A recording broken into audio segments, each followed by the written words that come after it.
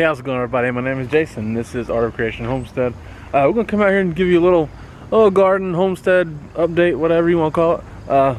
Today we've gotten quite a bit still growing. We want to kind of show what is still growing, how things are doing here in early October. Start you off with these green beans that we planted.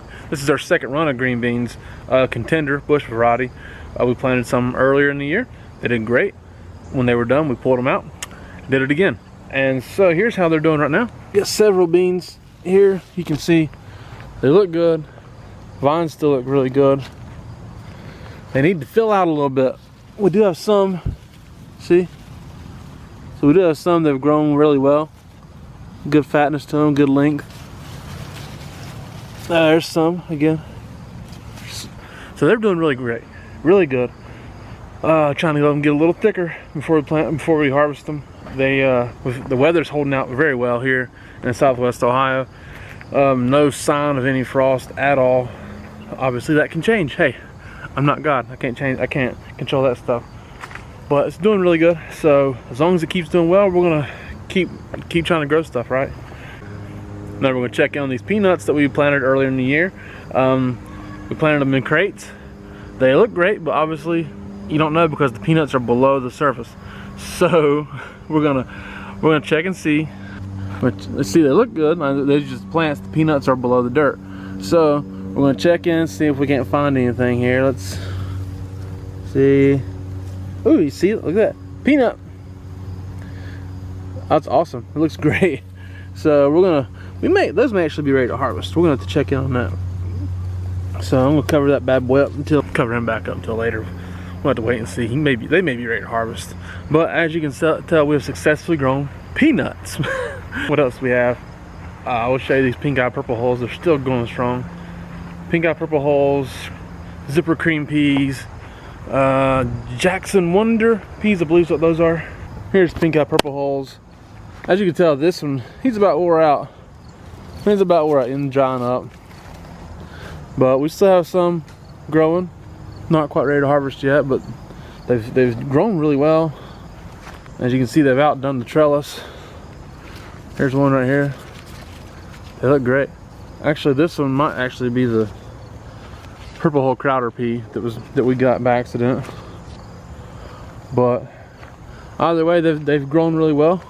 Pink eye purple holes are one of our favorite things to grow, and that's done great for us this year. I think we've got six quart bags in the freezer of them, so they've done wonderful. It should do it for me and Angela. I guess it's probably about 12 mils. Here's some peas. Here's some green peas that I planted earlier. It's been a little bit ago. I tried to get them early August, mid-August I think is when I planted them, and it got really hot. It just stayed hot. And for those of you who don't know, green peas do not like heat at all. And this is the result of that. These are very, very, very short plants. Some wild onions growing up in them, and it's just not good. They tried to blossom. It just hasn't went well for them. Fresh peas are wonderful, but they're extraordinarily hard to grow here in Southwest Ohio because our seasons will go from winter to midsummer, and within a few weeks. And so you need cool weather. You need cool weather to grow them for a while, to grow them really well. And we'll have cool weather for a little bit, then get hot, you know. And it stays hot anymore. We stay getting hot in this area into September. So, and hot meaning like in the 90s.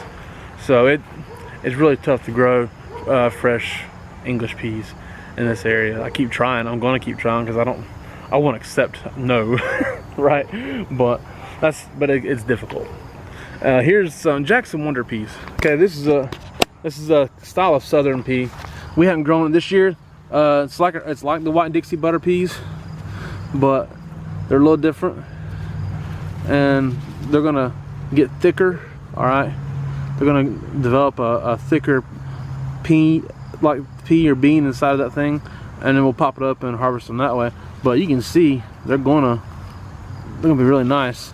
We've harvested some of these already this year. I'm not sure how many we have. Angela's been taking care of that, but you can tell it's a good thick row. Zipper creams, I'm not sure what's up with them. Let's see. I can see they look fine. They look a little tattered. Yeah, here's one though. You can see growing like that. They look good. Here's some right there. I know Angela's told me some of these she's come out here and found has been ate on. I think we had a vole or a chipmunk one get inside the garden because we have an electric fence, Premier One fence, but it doesn't work against little rodents that small. So so I think something like that got in the garden and ate on some stuff, but not too much, just enough to annoy us. Some beautiful peppers down here to harvest. Look at that, very nice peppers still. So we do still have some peppers growing. Peppers will last until frost. Tomatoes are wore out, straight up wore out. Nothing left. Nothing left. They're ready to go, I think. I don't think there's anything we can harvest from that. Here's this green stalk we planted. The green stalk of lettuce at the top. Some Mizuna has done really well in it. Some of this lettuce is not done as well. Obviously the lettuce on the back side doesn't get any sun, so it's kind of spindly. But on the front side, plenty of sun. Spinach there at the bottom is trying to grow. Swiss chard. Some carrots. The carrots that we planted in these grow bags are doing great. These are doing wonderful, as you can see. So we're gonna have us some carrots. Fresh carrot is exponentially better than a carrot you can buy in the store. It's unreal. I'll show you along the carrot side. We'll show you this up here on the patio where we planted these parsnips. I think at the same time we planted those carrots. I'm not sure. Planted these parsnips up here, and they're going. As you can see, these parsnips here, they're looking good. But again, I planted a lot more than this. Like I talked about, the germination rate on those things is pretty low. So if we can get any at all, just that'd be plenty. If we just get any. Let's see, what else are we looking at? We can go in here and see the white Dixie butter peas. White Dixie butter peas are, like I said, they're similar to the Jackson Wonders peas over there. They're bush variety, southern pea type thing. Not really grown enough. They're super sustainable, super delicious, easy to grow, and we grew them last year. They're great. You get a good harvest off of them, off a short row. So here's the row we have of them. See if there's anything. Is there anything in here? Anything in here? See all the blossoms. If weather holds out, we can get plenty. A ton of blossoms. You see that? They're loaded. We've had a solid harvest again this year, I'm sure. Don't really know how much we've had, but you see all the blossoms. Again, if the weather holds out, it's gonna be great. A great harvest of them. Here's this bush. This rosemary bush has been great. We planted it last year over here, and it overwintered well. Came back strong, and it's fantastic. Wonderful. You can see here, it's massive. A massive rosemary plant. Just huge. More of it over here. It's doing wonderful. I love fresh rosemary. I can smell my hands after touching it. It's so beautiful. Now, pardon the dogs barking. My neighbors are crackheads. We got a watermelon here, okay? We've never grown successfully grew a good watermelon. We did harvest one smaller one, and it was a little soon probably. This one's bigger. It's a black diamond watermelon, and we waited on it a little bit longer. Okay, so I'm gonna pull this melon. So I'm gonna pull this melon, possibly. Now I'm gonna take it inside, and it's got some heft to it. Man, I'm happy. Like I said, watermelons should have a good heft to them for their size. This has got a good heft. So we're gonna take it inside here in a minute and see if it's any good. But before we do that, I want to show you, I think the last thing out here. I believe the last thing we're going to show you maybe is these Cherokee Tan Pumpkins. I'll back up so you can see all the vines. They're planted right here next to the raspberries. Okay, right in there. They vined all the way through here, all the way down here, all the way over here. This is sometimes what I'm talking about when I say, hey, pay attention when you're planting stuff, because we didn't realize it was gonna be like this, but it's okay. We got Cherokee Tan Pumpkins growing, and they're all the way out here into the yard. I can't mow through here. it's been terrible. You see how they vined. It's been crazy, but we do have the Cherokee Tan Pumpkins growing. And this one's close to being ready to harvest. We have several throughout here that still need to get ready to harvest. Obviously they gotta turn still, but this one, is he turning or is he rotting? Maybe rotting, I don't know. But you see there's several there, and they've grown well. Just gotta prepare yourself better. So that's all for that. We're gonna head inside and we'll let you see if this watermelon's any good.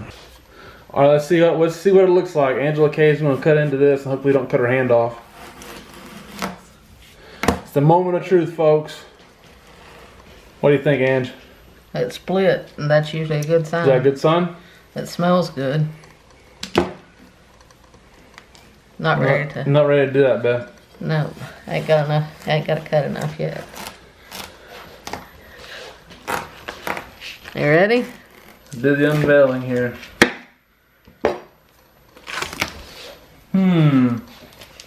Is it ready or not? No. Nope. Didn't think so. It wasn't gonna do anything else though. It doesn't look bad, honestly. It's just, but it was. I don't think it was gonna do anything else. It had been sitting out there forever. But it doesn't look bad still. It's just not. It doesn't feel like it's quite ready. Nope. I can smell it up here. And the camera looks a lot pinker. I'm not sure if it's as pink as it looks in the camera or not. But get a fork and see if we can see what it tastes like. Get a fork. or get a knife full. I'll take a bite out of it right here and see what I think. Honestly, ain't bad. Is it full flavor as it could be? No.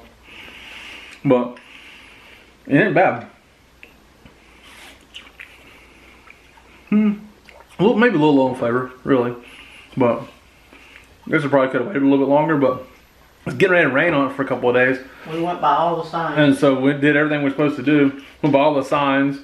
Had a good heft to it, had a good lay spot, started some blister some. The tendrils were dried up.